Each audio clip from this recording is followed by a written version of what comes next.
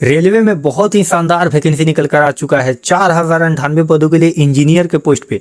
अगर आपने डिप्लोमा किया हुआ है, पॉलिटेक्निक किया हुआ है या फिर कोई भी स्ट्रीम से बीटेक किया हुआ है तो आप सबों के लिए बहुत ही शानदार वैकेंसी निकल कर आ चुका है। ठीक है, तो इस वैकेंसी के रिलेटेड कंप्लीट जानकारी मैंने वीडियो में हर एक डिटेल को बिल्कुल अच्छे तरीके से कवर किया हूँ। ठीक है, और वीडियो के एंड में मैंने इसका ऑफिशियल नोटिफिकेशन, आधिकारिक वेबसाइट और इसका अप्लाई लिंक भी मैं दिया हूँ। हर एक जानकारी पाने के लिए वीडियो को शुरू से एंड तक एक बार जरूर देख ले, कंप्लीट जानकारी आपको समझ में आ जाएगा। ठीक है, तो चलिए वीडियो को करते हैं शुरू। चलिए इस वैकेंसी के रिलेटेड थोड़ा बहुत जानकारी जान लेते हैं।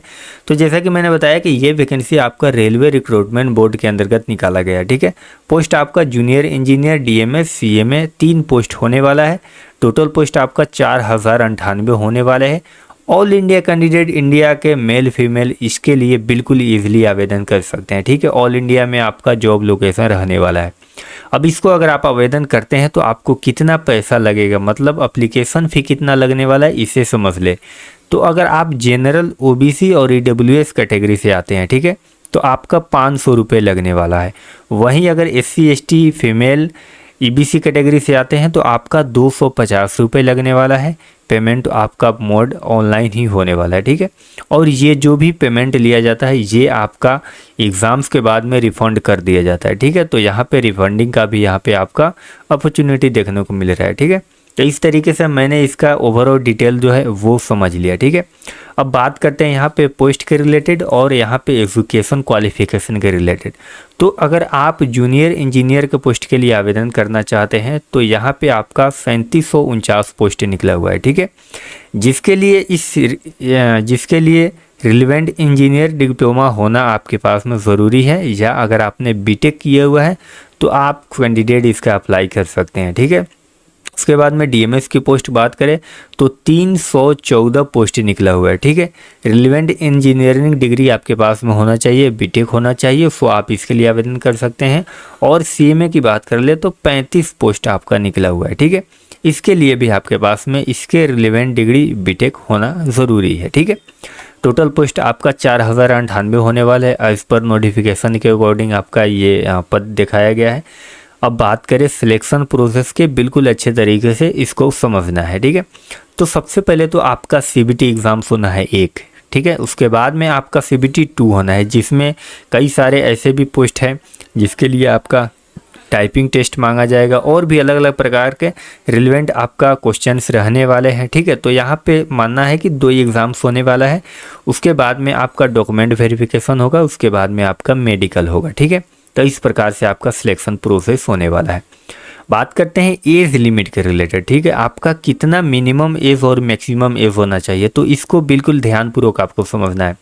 सबसे पहले मिनिमम एज की बात करें तो 18 साल, ये हर एक कैटेगरी वाले के लिए। ठीक है, बट यहाँ पे मैक्सिमम एज की बात करें तो जो भी ओबीसी कैटेगरी से आते हैं उनको यहाँ पे 3 साल का छूट देखने को मिलेगा, और एससी एसटी वाले कैटेगरी के 5 साल का एज रिलैक्सेशन देखने को मिलेगा। ठीक है, बट वहीं जनरल कैटेगरी से जितने लोग आते हैं उनका मैक्सिमम एज 33 साल ही होने वाला है, और ओबीसी वाले का 35 साल और एससी एसटी वाले का 38 साल होने वाला है। ठीक है, तो इस प्रकार से आपका आरआरबी रूल्स के अकॉर्डिंग आपका एज रिलैक्सेशन में भी छूट देखने को मिल जाएगा। ठीक है, सैलरी की बात करें तो पे लेवल 6 का आपका सैलरी होने वाला है, जिसका बेसिक सैलरी ही होता है आपका 35,400। ठीक है, उसके अलावे आपको डीए, एचआरए, टीए वगैरह ये सारे जोड़कर तकरीबन आपका एस्टिमेट इन हैंड सैलरी आपका 50,000 प्लस बनने वाला है। ठीक है, तो सैलरी बहुत ही शानदार आपको यहाँ पे देखने को मिल सकता है। ठीक है, अब बात करते हैं इसका सब्जेक्ट और एग्ज़ाम पैटर्न।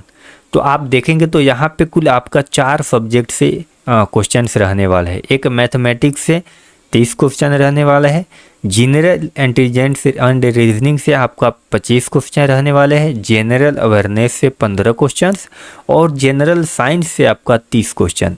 कुल आपका 100 नंबर का क्वेश्चन पूछे जाएंगे। ठीक है, वही मार्क्स की बात कर ले तो टोटल आपका 100 मार्क्स का भी क्वेश्चन रहने वाला है, मतलब हर एक क्वेश्चन के लिए 1 मार्क्स आपको मिलने वाले हैं।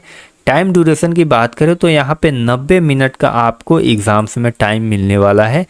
ये पूरे एग्ज़ाम्स को देने के लिए टोटल आपको 90 मिनट मतलब 1.5 घंटा टाइम मिलने वाला है। ठीक है, यहाँ पे 1 मार्क्स के लिए 1 क्वेश्चन रखा गया है, इसमें नेगेटिव मार्किंग भी रहने वाला है। नेगेटिव मार्किंग कैसे रहता है, तो मान लीजिए आपका 3 क्वेश्चंस गलत हो जाता है, ठीक है।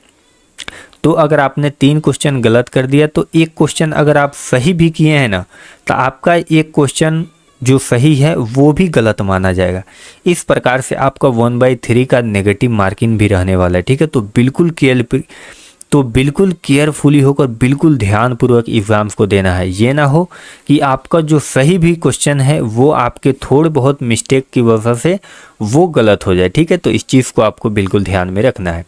यहाँ पे डेट की बात कर लेते हैं। सबसे इम्पोर्टेंट, इसका जो नोटिफिकेशन था वो 21 जुलाई को जारी कर दिया गया था, जो कि मैंने इस चैनल के माध्यम से आपको बताया भी था। अगर आप लोग मेरे साथ नहीं जुड़े होंगे तो शायद आपको पता नहीं होगा, इसलिए मैं बोलता हूं कि मेरे साथ में जुड़ जाए, इस चैनल के साथ में जुड़ जाए, ताकि हर एक जानकारी, हर एक वैकेंसी का जानकारी आप तक सबसे पहले पहुँच सकता है, ठीक है।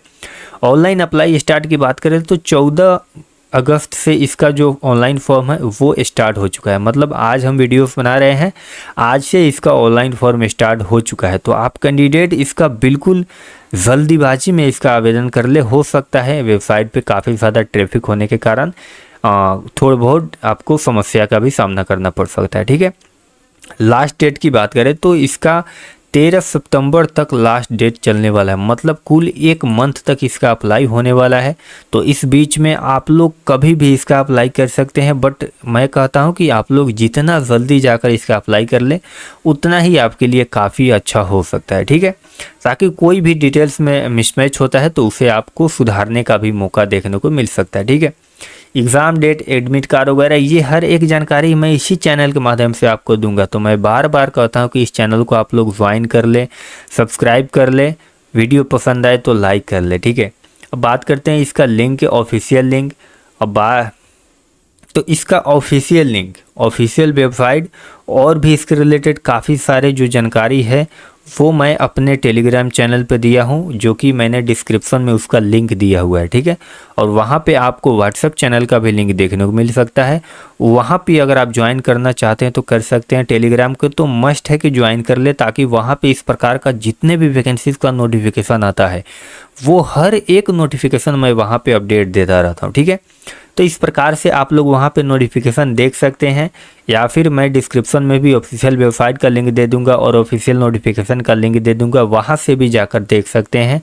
इस पूरी प्रोसेस को आपने बिल्कुल अच्छे तरीके। चलिए मिलते हैं फिर से नए वीडियो में नए टॉपिक के साथ में।